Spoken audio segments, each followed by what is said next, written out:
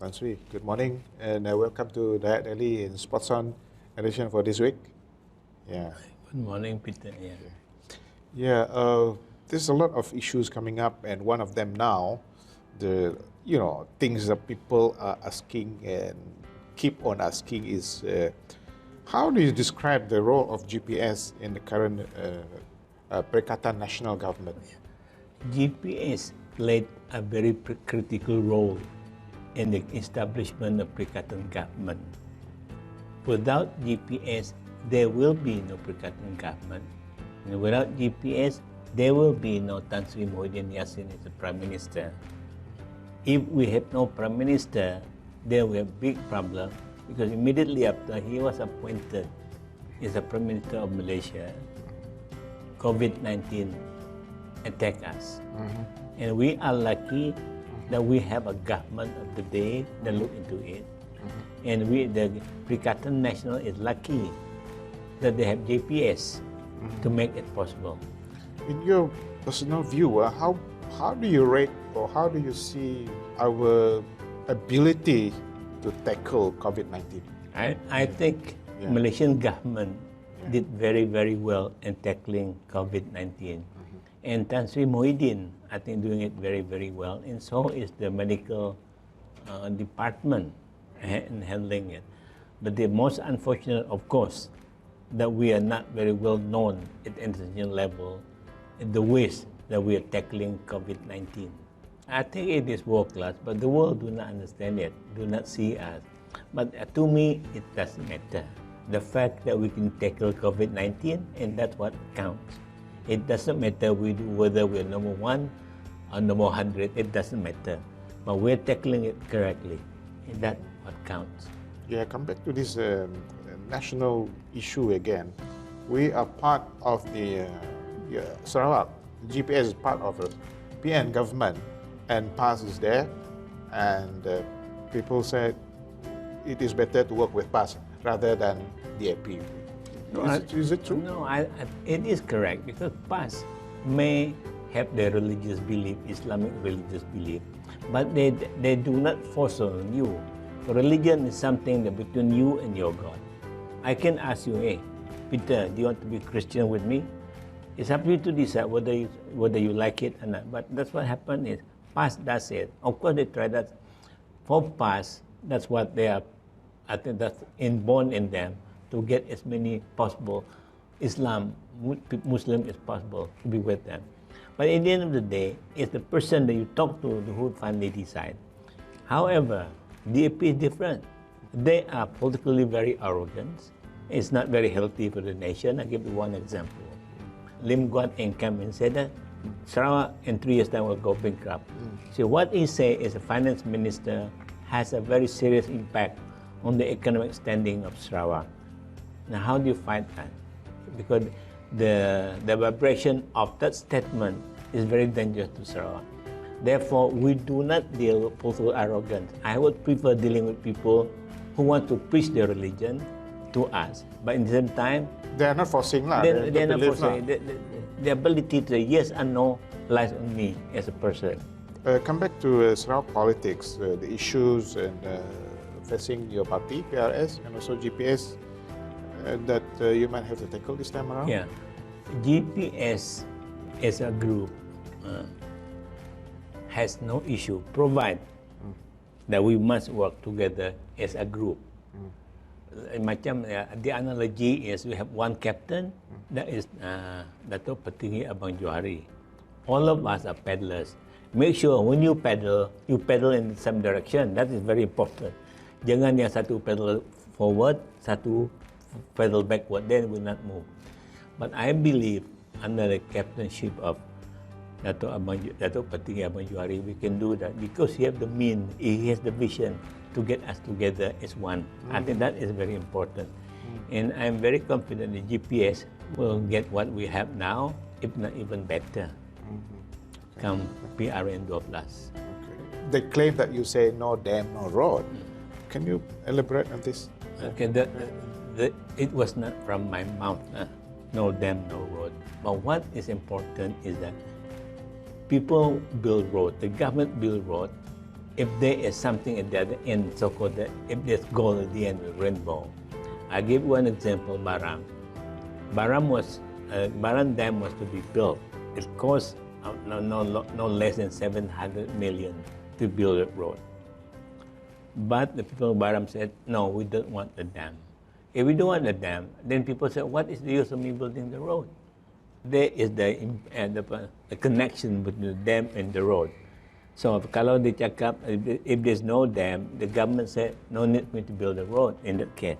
So I said, if that's the case, why don't you build dam in Baleh? Because Baleh is one of their two. One was Baleh. It was supposed to be built simultaneously. Yeah. Okay. But one will go first. If that is the case, I said, why don't you transfer that, make it to Baleh Dam, build Baleh Dam, and you build that money, get the money in to build Baleh Dam. So they give me 1.2 billion to build the road. Just for the road? Yeah. And what is the distance of the road? The distance from Kapit town, 103 kilometers.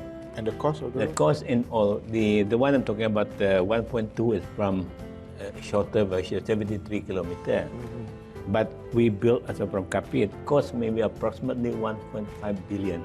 So building road is not cheap, Natasha. Yeah, it's not cheap. That is why you don't build that road just for about 40 odd long houses. We build the road because the other end there is HEP. That HEP, the power generated by that HEP will pay back the cost of building that road.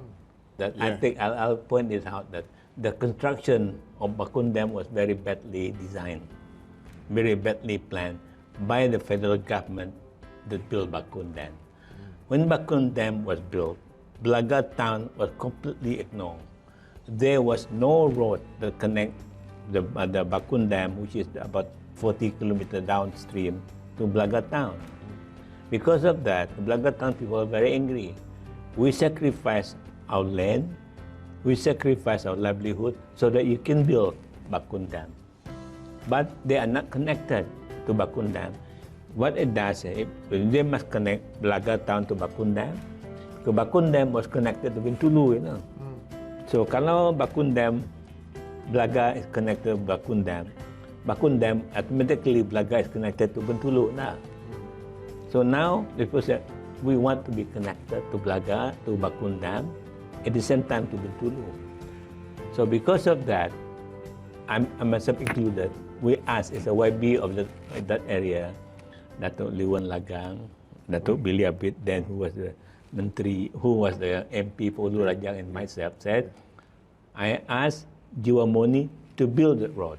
So I checked with the federal government, could you please give me to build this road? Which was never part of the package? No, never part. It had been part of the package, it would be so small. It's very minuscule in terms of percentage of building the dam of Bakun. And they built for us. At least there is access. Of course, over the years, because Jiwamoni is not meant for heavy traffic, high volume traffic. So it's damaged and so on. So when CM came and visit Blaga in 2018, we asked him, sir, could you give us some money to upgrade this road? Which he did. And we did the upgrading. If Jiwamoni did not build the road, it was complete, say, Greenfield. Greenfield cost more. Because of that, we can upgrade the road for about 120 million saja. So Jiwamoni paved the way for a cheaper road construction. Correct. Even though they are not the best, but Jiwamoni we must understand it's federal punya money. And also it's more like CSR kind of project. Yeah, correct. So it's nothing to do with JKR, nothing to do with state government. They want to build the road, why not? That's really, you have been in government, state government for a very, very long 20 years. 20 years, yeah. Full minister. Do you think it's high time that the state government, Sarawak government set up a body or a department at least to look after the resettlement people or affected by all these projects? Yes, we should. I think development means resettlement. People resettle because you do a lot of development. People have to move around. Therefore, there is necessity for us to resettle people. It will carry on. It will continue on for years to come. Not only in terms of development, for other reasons too, like security reason later on. You need to resettle people.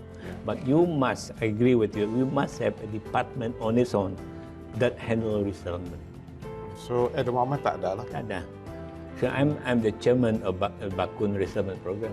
Not because there is a unit, then because fortunately I'm married to people from Bakun. That's all. That's why that qualified me. That's not good enough. That is ad hoc kind of arrangement. You cannot have ad hoc arrangement to resettle 10,000 people. Last but not least, how do you see GPS, the message and whatever you have for the voters coming set election, PRS and also other parties, GPS. A GPS is a political organization that is well tuned and well planned to look for Sarawak interests and hence for Sarawak rights. I think because JPS, a government, consists of people from Sarawak itself. So we have no other interest but Sarawak interest. And that's why our motto is Utamakan Sarawak. And that is JPS. Others may decide otherwise, they think that they are, but they are not. I think GPS is a combination of various parties, consists of very experienced lawmakers, and who have genuine interest to make sure Sarawak is well protected. Therefore, that's why the battle cry is Sarawak first. And I think the people of Sarawak should understand that. Do not doubt our sincerity nor our ability to work. We will deliver.